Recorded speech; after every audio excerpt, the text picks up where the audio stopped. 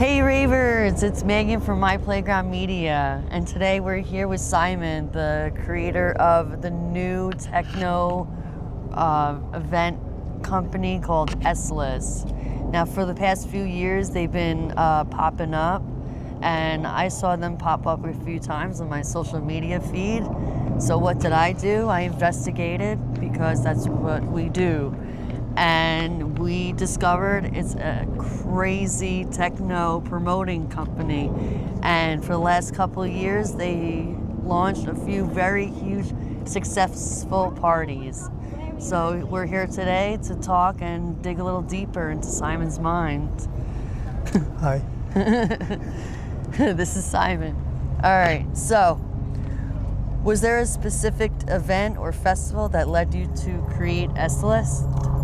I was in Mexico City and I went to this party the headliner was Sarah Kin, promoters were Common Sense Records, and I was tripping out in the middle and I wanted to start DJing. So I was in Mexico and I didn't know Spanish, but I wanted to start DJing. And I spoke with a friend and he told me, he was from France and he was like DJing pretty well in Mexico City and he had his own little club. So I asked him like how he got started and how he was navigating the scene as a foreigner. And he told me that, and like I asked him like what I should do to get gigs, specifically at his parties. But he was like, first of all, your Spanish is terrible. So you have to figure out a way to bring people. And as a foreigner, you should know other foreigners, and parties like to usually bring in a variety of crowds, especially like foreign crowds for their parties, just like keep things interesting. Yeah. And I realized I didn't know too many foreigners either. You gotta start somewhere though. Like the foreigners come and go, like they're there for like a weekend or a couple weeks and then they're gone. So it's really hard to like build an audience or build a community of foreigners when they're just here and there. Yeah, as visiting or just on a 2-week vacation or something. Mm-hmm. Yeah. So my next like idea was to start a blog. And just talk about events. At the time, resident advisor didn't really exist in Mexico City. Like it was there, but like maybe 3 or 4 listings were on it per week, and oh wow, it wasn't as popular no. as it here in the States. Oh wow. So I started a Instagram, like a fake Instagram. First of all, to just like plan out my weekend. So I would just follow all the DJs I could find, all the parties that they followed, and then whenever I saw a flyer that was like sort of techie, I would reshare it and just sort all the flyers in my highlights section on the Instagram page. And after a while I started like tagging everyone and DJs started resharing the stuff, and then one day I just asked people if I should like start shit posting, and people were like yes. Yeah, we still do it. And so started shit posting and then going to like parties, coming back and then reviewing the parties, just in a shitpost way, the positives and the negatives. Yeah. And event organizers loved it, especially because like someone was talking about their parties like in English, and like okay, this is a different perspective, and it also created some mystery because like okay, this is probably not a local, but if this is a tourist, how does he know about so many of these parties? Exactly. Yeah. So they treat press with like a lot of respect in Mexico. They do, because all they want is like great reviews. They don't want any bad reviews. So if they could get any great reviews from anybody, especially from a foreigner or somebody with a media company, they're gonna like treat you like royalty. Yeah, I learned that too. Why are they even taking interest? They're going to, because they're like, ooh, good reviews. Ooh, more good reviews, people will come. Yeah. Like, they take that in like real consideration. I've known that. Another reason I started SLIST was because I was getting frustrated by the promotion by other promoters. Like I used to make fun of promoters. Yeah. It's like, why are you guys hyping up your party this hard, and then you It's go not and it's like the same description as the last party, and it's like, it's not that good. no. You're hyping up nonsense. Yeah, so just be real and maybe just talk about your DJs instead of like what the crowd's gonna be like if the crowd's not even there yet. Yeah. So The honest reviews, the negative and the positive, both got reshared by parties and DJs, and they just found it funny. Yeah. And then after I had an audience, and I stayed anonymous my entire time online while I was there. So when I started getting, I started promoting for one of my mentors, and then they invited me to DJ for one of their parties, and that's when it really when the DJing stuff took off. Okay. At the time, I was just calling myself SLIST. Okay. Both as a DJ and the blog. Okay. That was your brand. Yeah. Okay, your title. And I started playing for some parties, and people started showing up just to figure out who was this person talking about their parties and other parties anonymously. Yeah. So I felt like people just come figure out the mystery and stayed for the music. That's awesome. When was the first party under SLIST? What was the year and first party? December 2023. Okay. All right. And it was here in Brooklyn? It was in Soho. Okay. Yeah. Our first 9 parties were in Soho, and then we moved to, then we did a party. That's when my co-founder joined, and we did a party. He approached me, we did a party in Long Island, then we did a party in Soho, and then we joined forces. Perfect. Where in Long Island? That's where I'm from originally. I want to say South Shore. Yeah. Oh, okay. Yeah. Bayshore. Bayshore. Oh, okay. All right. That's on the cusp of Queens and Long Island. Yeah. It's fun over there. The Bayside and over there. Yeah, it was at a motor club, a illegal motors club, motorbike club. Okay. They do that sometimes. Why the name SLIST? What inspired you to I'm sorry to say, but it was a lot of it was ego. No, my name is fine, Saimon, so I was I want S to be in the brand. And then I was thinking about what I want, how I was going to grow the page in the beginning, and one of the reasons was I wanted to start promoting, and also because these 2 promoters that I met at stores, they invited me to one of their parties, and I was okay, can I get on the guest list? And they're because they were advertising as their party, so I was okay, it's your party, put me on your guest list. Yeah. And they're oh, I only have a discount list. I'm this doesn't sound right. Yeah, you're being stupid. So I want to start a list of parties and then start my own guest list for parties, and I just getting on the guest list, just to say I'm on the guest list at the door. Who doesn't? Who doesn't? So who doesn't? It went off and I also figured it was going to be my DJ name, so I want something with few syllables, easy to pronounce relatively, and starting with S. So playlists, SLIST, list of parties, guest list, Simon's guest list. That all kind of just became SLIST. Nice. Beyond creating SLIST, are you also you're also a DJ. What excites you the most when it comes to music and being able to be the boss of your own party? How are you able to balance both out?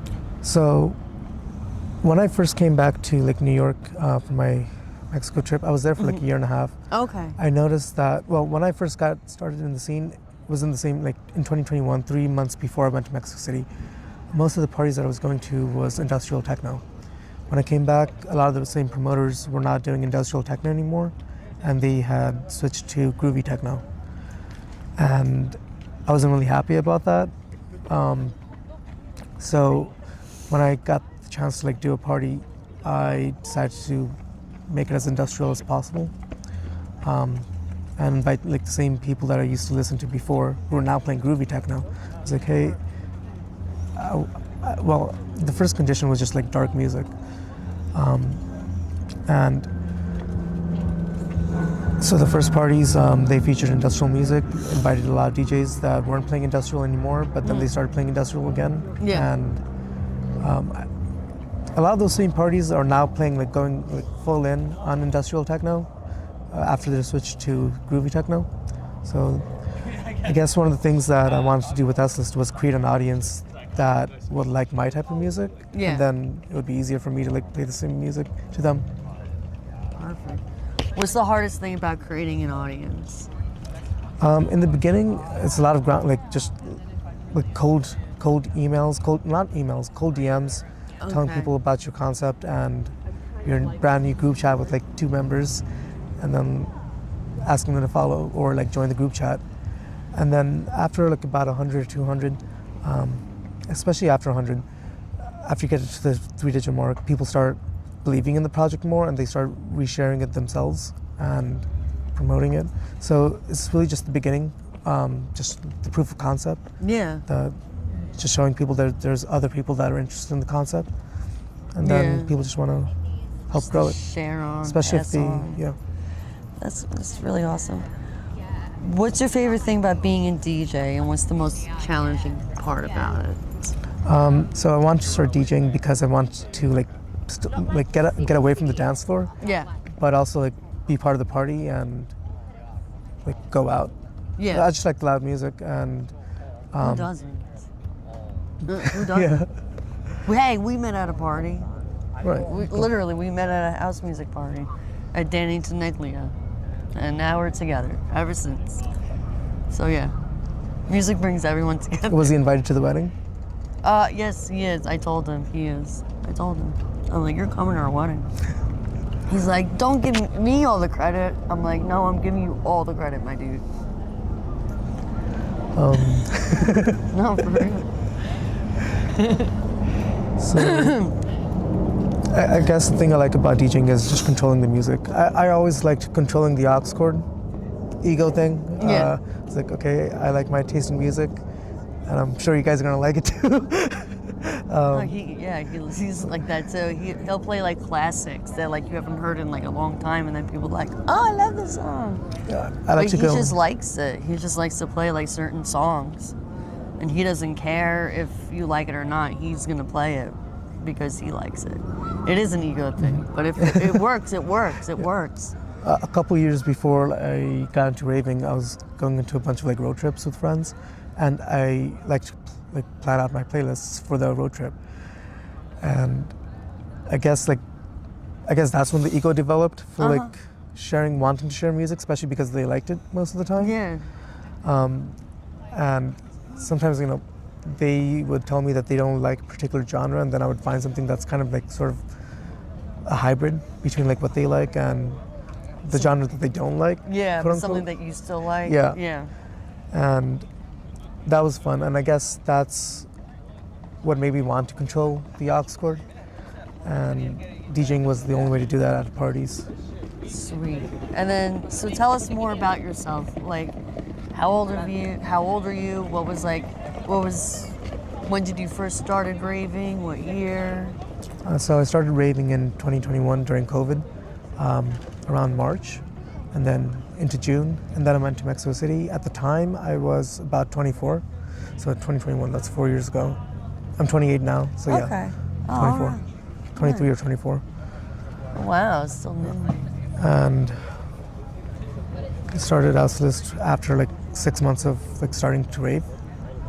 Oh, so I was in Mexico City and I was running out of money, and I was like, I want to keep partying every weekend, but I don't want to pay for like tickets every single party, Yeah. especially like I really like to like hop between parties. Same. I don't like to be at one spot for like hours. I like to explore. Same at a festival. I like to like be at a stage for like maybe an hour or two, and then like go to another stage. Did you go to any festivals in Mexico? I went to a really like small outdoor party festival type thing, but it wasn't a full-on festival. Oh, okay. Not like a legit. All right. No, I was just curious. And then, do you see SLIST ever evolving into something bigger, like a festival, or expanding to other parts of the country? So SLIST at this point is pretty much an extension of like myself. Like whatever I like, I want to promote it. And it's not just limited to events, but it could be anything. So at some point, well, we are working on some clothing right now, just basic merch. But I like to drink. So at some point, I would like to have a alcohol brand or something, or non-alcoholic, with the SLIST brand. Just something that's curated for my tastes. Basically anything that I can curate, I would want the SLIST brand attached to it. I understand. Yeah. No, that's really cool. It could be merch, it could be music, it could be like anything, really. Yeah. Cool. No, that's really It was supposed to cool. be a guest list app before I started doing events. Uh-huh. So one way I was like growing my audience in Mexico City was writing the reviews, but also reaching out to parties and asking them if they wanted to do a guest list giveaway, where I would ask people, well, my followers, to share the flyer and tag the story and basically help promote the event in exchange for their guest list spot. You and I kind of do the same thing. That's really cool. Yeah. So at some point, the guest list became like too hard to manage. There were like 5 guest lists at least per weekend. Yeah, no, it's a lot. I used to work for Brooklyn Mirage, and same thing. I would have to handle the guest lists, and there's like 10 of them. There's all different like stages of it. Yeah, It's a lot. No, it's a lot. And then like last second, literally minutes before the guest lists close, add this person to that person, add this person to that person, add this person to that, switch. And then at the end, it gets messed up, regardless. And then you got a line of people pissed off. Yeah, It people never works out. So No, but people get pissed off. it's so, coming from our end, it does get messy because it's always last minute stuff at the end. So guest list people, don't get mad. That's like one of the most stressful things about like doing parties. At the last minute, people were like, about guest lists. Some people threaten to like, stop being my friends unless I put them on guest list. And then that too, and then they're at the guest list and they're not on the guest list, and then they blow you up, and then they get mad at you or something for something that's not even your fault. Or they think it's or like whatever. okay to ask for guest lists at the door. No, like he couldn't get in. I wasn't gonna like get mad. He's just like went in the car and I hung out for a few hours and then I saw you and then. Sorry about that. No, it's fine. I think I don't know what happened. Next time, we'll do it the right way. Yeah, there's so there on the Posh website, there's now a guest list field for Perfect. industry workers. Yes, I saw that. So when we do it next time, I'll tell him what to do. No, I saw that. That's a really cool thing. So right before I was doing events, I was getting overwhelmed with managing all the guest lists for Mexico City, and I was doing Mexico City guest lists while I was like living in New York. That's when the SLIST project in Mexico actually blew up after I left Mexico.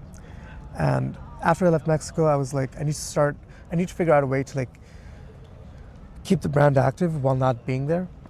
And I started a group chat. And at the time, this was like the only group chat of its type, like where anyone could promote their parties. So all the promoters were getting in, and then there was some like drama as well. People were leaking their gossip in the group chat, counseling people, and I love the chaos because it got people talking about the brand and got people in the group chat, and no one wanted to like miss out on what the latest gossip was. After a while, promoters started taking notice about the activity, and they asked me if I could, or if they could like share their flyer in the group chat. And I was like, okay, anyone can post their flyers here, but they need to give something back to the group chat. Yeah. So a guest list giveaway. Yeah, you can't like promote yourself. You have to like contribute. A discount or something. Yeah, you have It has to be a better contribute. discount than the other group chats. Exactly. No, but that's smart. It's not like you're not promoting yourself. You still have to get back. Yeah, they have to help grow the group chat. So people would sign up for a party's guest list, and they would have to share 2 flyers. One flyer for the event itself with tags, and then another one for the group chat itself. So they would share a flyer with a link to the group chat, just helping us grow it. And it was kind of like a cycle. As the group chat and also as the Instagram got bigger, the giveaways got bigger, and as the giveaways got bigger, the resharing got more frequent, and that's kind of how I grew the SLIST project in Mexico. Nice. But yeah, that was while I was here. And then when the guest stuff got a bit too like difficult to manage, like you have to like coordinate with the events. So like maybe at least 5 people per weekend, and then collecting names like 20 per guest list, and then sending it back. There was like a 3-step process, and well, actually way more steps, making sure that everyone shared the flyer correctly, following their account, making sure they didn't take it down after like the first 5 minutes. I would ask them like send me a screenshot, but sometimes people would share the flyer and then take a screenshot and then take down their story. Oh, and then I would just like block them. Yeah, no, that's not cool. And then sometimes people They're come not into the being group chat for like customer support, and they would like be like, "Hey, I shared the flyer, but I'm not on the guest list." Because Well, and I was because like, you're "You not took really, down your story." yeah. And 'cause then you're not people really make fun of it. It got very culty. Like, Yeah. because 95% of the people, they followed the directions, and then they would hate on the people that were trying to screw the system. Yeah, no, that's not cool. That's not cool. And then so over the last few years, the music scene has been tainted by a new generation that only wants to be backstage. Do you agree that the scene has changed in a bad way, or do you think it's gonna possibly go in a lighter direction? Tell me your thoughts. Well, I've only been in the scene for the last 3 years, so I'm not really sure what it was like before that. For our next event, we're doing a 360-degree layout, just so we don't have a backstage. That's, cool. Yeah, that's one of the things that I didn't really like about the last two parties.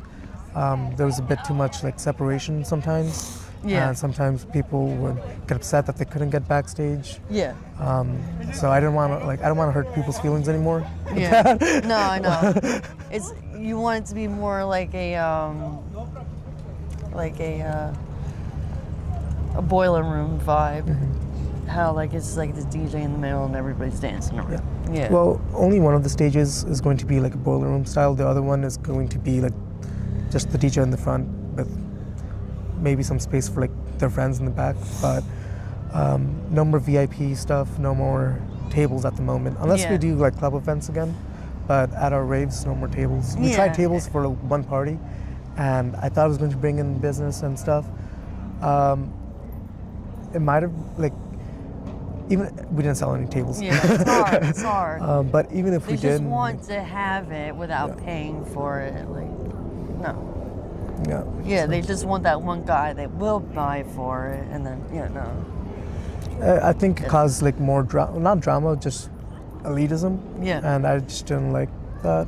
There were like roped off areas. I didn't really vibe with that. But it was an experiment just to see It's if about dancing and music. It's Well, not about like. we kept the tables away from the dance floor. Oh, okay. Definitely nothing on the dance floor. Yeah, that's cool.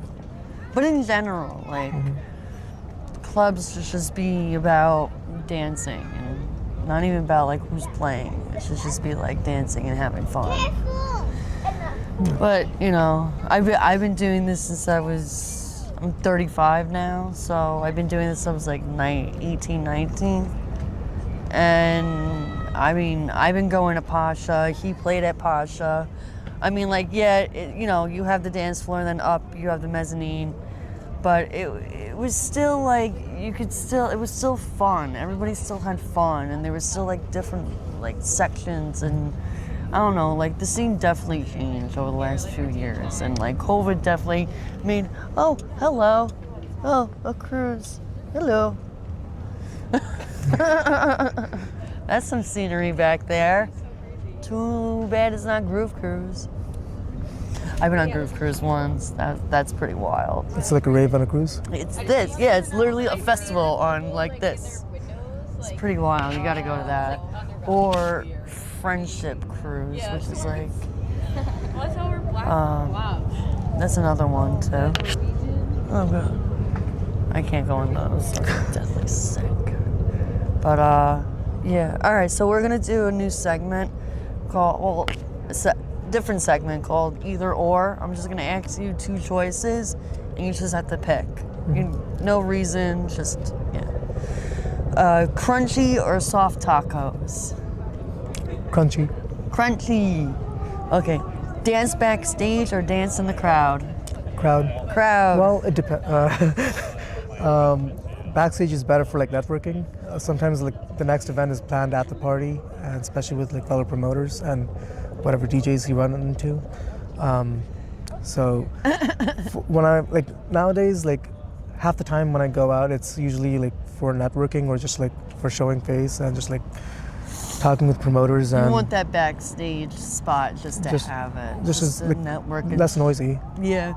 Yeah. Oh, crazy. But I always veer off from the backstage to the dance floor. Same. I like to have the option of both. Mm-hmm.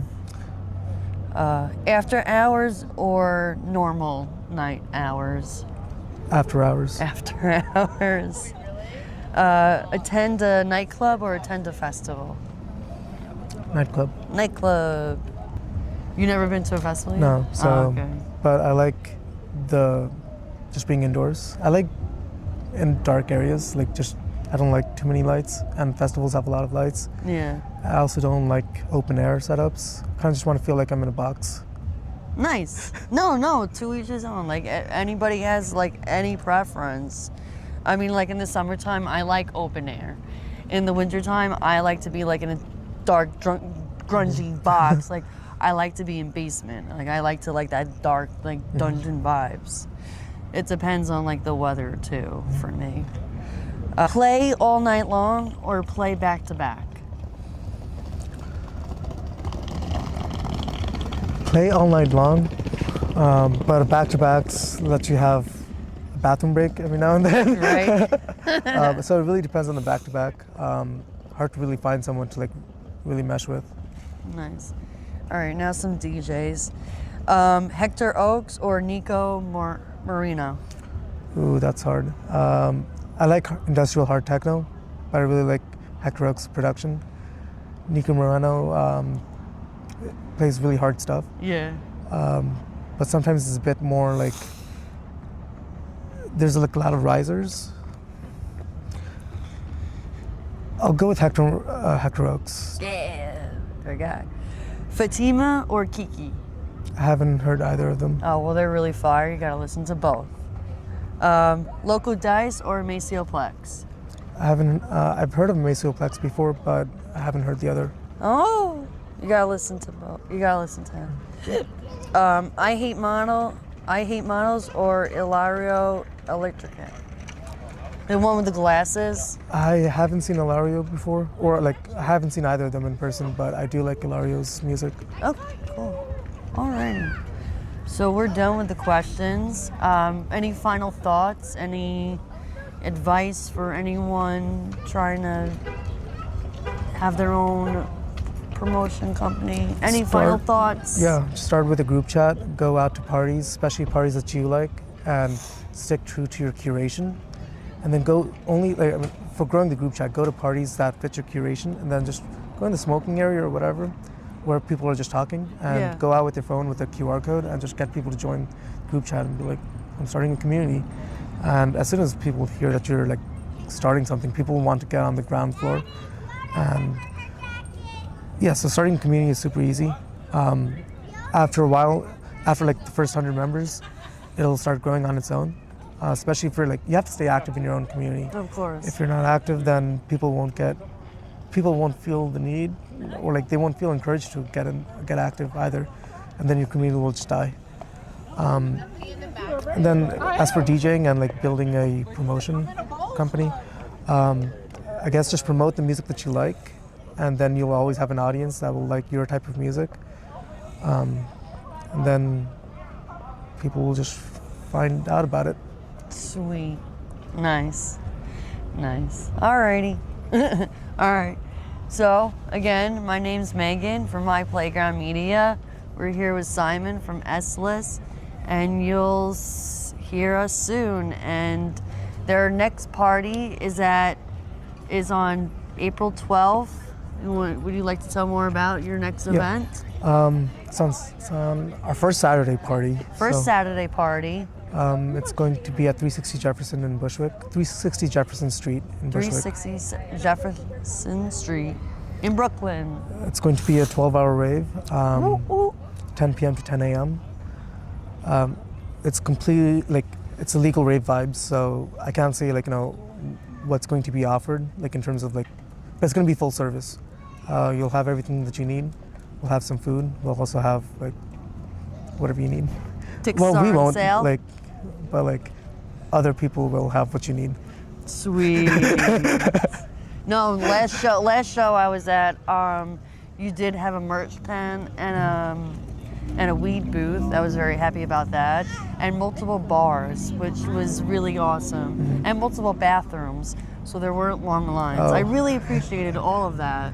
Our first party, our first 9 parties in Soho only had 1 bathroom, and like the floor space was about the same as like one of the floors. Either one of the floors about 250 like standing. Well, about like 300-400 standing capacity. Legally, it was like 130. Oh my god! Especially with the 1 bathroom. So actually, no. The legal capacity was 80. It was 80, but we fit in like 300-400, and there was enough space. But fire department kept coming because I had some beef with like a former promoter, collaborator, and he started calling the cops on us after we had our split. So we didn't have the permits or anything, but that was more of a venue problem. They did try to like arrest me, give me a ticket. So just because like I didn't have the permits or anything, I didn't even know what a permit was at the time. You were still like new to this game and everything. Apparently you're supposed to turn off your music at 2 a.m., but we were going from 10 p.m. to 10 a.m. So that's kind of like how I like to stand out from the very beginning, just like long parties. Mostly because I wanted to like bring in people from other parties, and most of them ended at 4, and I figured this would be one of the few parties featuring hard techno that was going until 10. Usually most other after-hour spots are like tech house focused, just to be more like inviting to as many people as possible. For sure. But I wanted to do it differently and just stand out. So, hard techno. What was the question? No, I was just saying I was just talking about your next event on April 12th. Yeah, so we're gonna have a 360-degree layout in the bottom and the downstairs floor. We have like 11 or 12 like debuts. The concept for this party was to book as many local promoter DJs as possible. So local talent. DJs specifically from like other like collectives in our space, I guess. Support local talent. Yeah, local talent can usually like bring more people than most like international bookings unless they're extremely well known. Yeah, of course. Of course. And I guess focusing on locals helps a lot, and it's also a great way to like network with other like promoters and other DJs and playing at their parties. Yeah, exactly. The best way to like get gigs for yourself, I think, is to give other people gigs, and they can usually return the favor. Exactly. So I saw somebody from Decoded on this lineup. Brymac. Yeah, Brymac. We know him too. So then probably like next Dakota, like you'll probably play or something. Yeah, I would like to. I like his. It's like a give back. So I noticed that. That was really cool. So yeah. It's dope. What else about the party? So yeah, about 12 debuts. Tickets are on sale. Tickets are on sale on Tickets Posh. are on sale. At not crazy prices either. They're very affordable, very reasonable. Yeah, it's about like on average $25-30 for a 12-hour party. Yeah. 2 stages. One more thing about the party. Yeah. So it's going to be a collaboration with a pretty new promoter collective. And we're going to have live music at this event as well. We're going to have a set with live bass guitar and a hybrid DJ set. Nice. And then some of the DJs like before and after are also like rock music influenced techno DJs. Oh, right. And that's really cool. Other collective is called Rock and Rave. So there's some coincidences there, but it's really just about techno. We have some extended sets, a bunch of brand new like back-to-backs. So one thing I like to like really take pride in is coming up with new back-to-backs that before like other parties, especially if I can like put 2 people together from like another party, like from another collective that haven't played back-to-back together yet at their own parties. Yeah. So it's like you're debuting something that should have been debuted by their own collective, but that's really cool. No, that's awesome. That's really original. That's a really cool tactic. And it's another way to just make sure that people think, getting people to connecting more people. Well, I want people to feel FOMO when they see the parties and the lineups. And they might not see the same back-to-back elsewhere at another party for a long time or ever. That's a good tactic, yeah. Come here, you'll never see that again, probably. So whenever I book DJs like multiple times, I usually like to either pair them with someone else or give them a completely different like set time, just so that it forces them and to like play like different music, and also gives people a different experience. Oh, that's awesome. I know. Sometimes our headliners from one party will open the next party, or sometimes like a regular like headlining type of face at other parties will play like a warm-up set for our parties, or a closing set, just to get them out of their comfort zone. Well, actually, I really like getting people out of their comfort zone. This is a running theme with the SLIST project. So I like to encourage my DJs to like play darker stuff, more intense stuff, experimental stuff than they would otherwise get to play at their own parties or other parties in general. Just because I like to hear like the freakier stuff. Yeah. No, for sure. The raw stuff, yeah. No, that's awesome. No, I heard a lot of incredible sets the last show, so that was like really wild. This one's It was 100% wild. curated by me. There were some issues with, I mean, I still did like 95% of the lineups for the previous ones, but this one's going to be way more local focused. So there was some politics getting in the way from the last party, but now there's no more bureaucracy, and Good. this is going to be a 100% SLIST, well, Saimon curated SLIST event. Sick. That's awesome. Well, we're all looking forward to April 12th, and be sure to make it out to SLIST April 12th. You can go on Instagram and search SLIST, SLIST. Right now we're using a different handle just because I messed up and I switched my handle just to like reserve a name.